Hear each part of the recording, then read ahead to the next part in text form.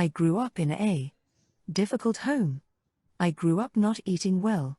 I was given food that most people would not consider edible, but I only recognized this after several years.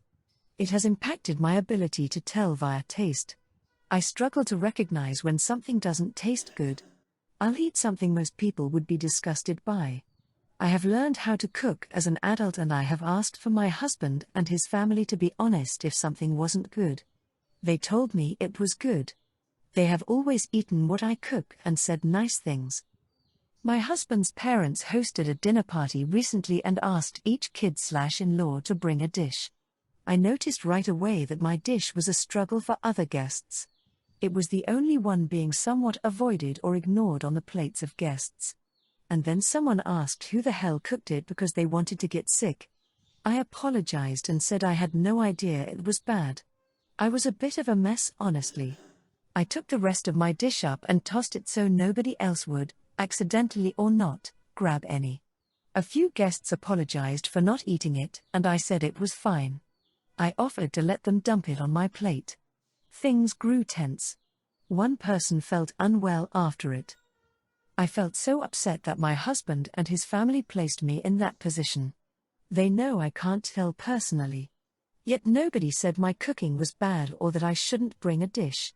I told them when everyone else left that they should have been honest instead of letting me embarrass myself and make others uncomfortable, because clearly people were unsure what to do about the dish I brought and were trying not to offend. I told them I had asked for a reason. I want to learn and do better, but I can't if they lie when asked. Some of my husband's siblings said I should never expect that from them and I was trying to make them behave badly. Comment 1. I'm curious why you don't use recipes that are rated. If you follow the recipes, the food will likely be palatable. There are zillions of recipes, many tried and rated, on the internet. I find it odd that someone who struggles to make palatable meals wouldn't follow a recipe. That way, spices would be balanced and edible. Comment 2. Based on your description of the event and of your husband and in-laws, I'd say you're NTA and neither are they. Sounds like they tried to spare you the embarrassment of your dish not hitting, just didn't say anything. I wouldn't even know where to begin with telling someone I loved that their cooking is bad. Still, if they were more honest or forthcoming, then I suppose it could have all been avoided. Question OP, were you asked beforehand to bring a dish? And what exactly makes your meals unpalatable? Is it a sense of taste things, lack or too much seasoning, cultural, etc.? My brother has been married twice. He got married young, 20, and he and his first wife had 2 children together, Nico, 19, and Hallie, 18. They were 5/6 years old when their mom died. My brother did nothing to help them afterward. He actually involved our father more in his life around that time. Our father is a drunk who is not a kind or good person. Our father told him to focus on himself. That the kids would have to suck it up, and my brother listened.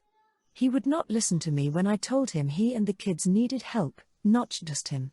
He started dating 5 months after his wife died. The kids asked him not to and cried into his face like babies, to quote him. When he met Sil, he introduced them immediately and the kids didn't like her, and from what I pieced together they cried more and told him they didn't want a new mom. So my brother did the kindest, sweetest and most thoughtful thing that would surely help, this is sarcasm, and he sent them to live with their maternal grandparents, stating he would not put them before his needs. He said he would not let them ruin the best thing to happen to him ever. I distanced myself after this. Sil would reach out occasionally and so would my brother. She wanted to know why I distanced myself, why I didn't attend their wedding and why I chose my nephew and niece over my brother who had been to hell and back with me. I was lucky that my nephew and niece's grandparents welcomed me to stay in touch, allowed my family and I time with the kids, and we're close.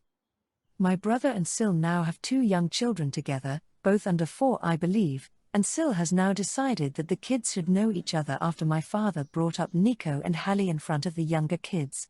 She reached out to the grandparents and they ended her call without saying a word. She tried to contact Nico on social media and he ignored and blocked her. She asked me to let them know she wanted them to meet their younger siblings.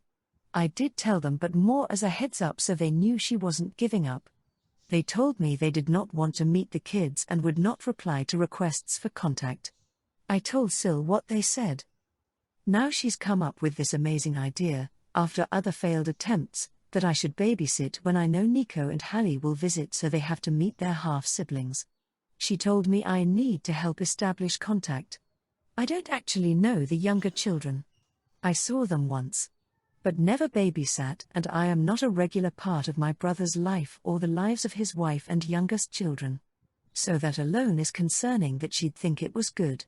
But she wants me to blindside Nico and Hallie. I refused. I also made it clear I would not help with her ridiculous, and yes, I used that word, scheme. She accused me of only caring for Nico and Hallie, being a bad uncle to her children and not thinking of the best interests of everyone involved. Comment 1. NTA in the slightest. How on earth are people so self-deluded? Of course Nico and Hallie are not going to want to get to know their sperm donor's replacement family. I hope they have access to therapy to deal with any abandonment issues stemming from the shameful way their father acted. Comment 2. NTA. I don't even know where to start. They are ridiculous.